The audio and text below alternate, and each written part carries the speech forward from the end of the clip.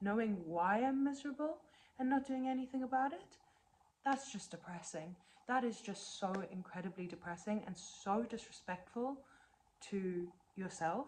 If you know why you're miserable and you let it continue, if you know why you're depressed or why you're anxious, whatever it may be, and you just allow yourself to stay there, to stay in that comfort zone that is causing you mental or physical or emotional pain, how disrespectful is that to yourself?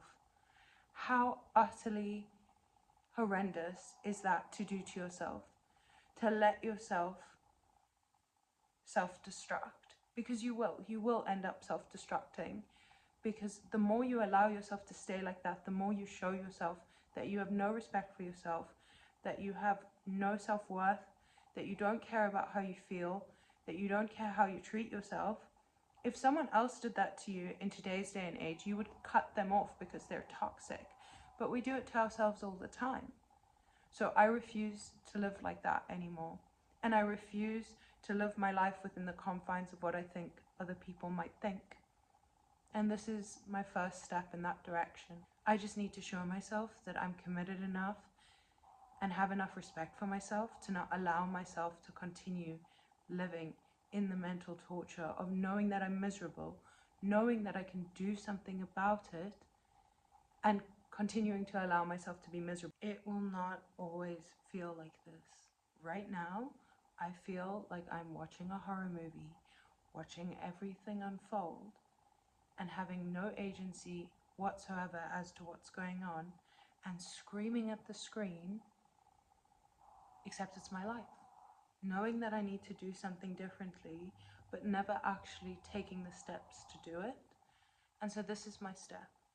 It might not be what you would do, and it might be tiny, but I need to create something that is outside of my work, of my current life, that is mine and that I believe in, and that is something that matters to me. And this is that, because I am determined to not let this mental torture continue of what will people think about me and what will they say, and I'm not doing anything that matters to me, and I'm working a job that is basically spending rich people's money, and I know the value that I can add to the world from the experiences I've had, but I'm not doing anything about it, and I'm not doing anything with it. I'm just letting it live in the background of this mental roller coaster, and circular roller coaster at that. And I refuse to do it anymore. I refuse to live like that anymore, because I do have agency, because it is my life, and I can live differently. And I refuse to continue like this. And so, yes, you can't change your life in 30 days, because I've given myself 30 days to consistently do this. But you can actually change your life in 30 days. Sure, you're not going to go from nothing to everything in 30 days, but with small micro changes and steps towards what you know you should be doing, you can change your life in 30 days, or in 5 days, or in 10, or in a few hours. Once you make that decision to take the bet on yourself and listen to that voice in your head that is going, what the fuck are you doing? You need to do better. You need to do this. You need to do that.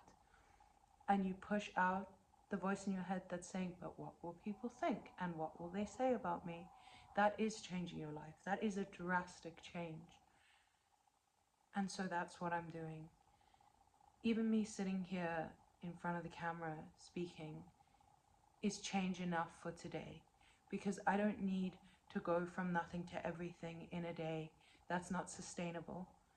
Thank you for watching. If you got this far, I'm Samara, and this is what matters to me.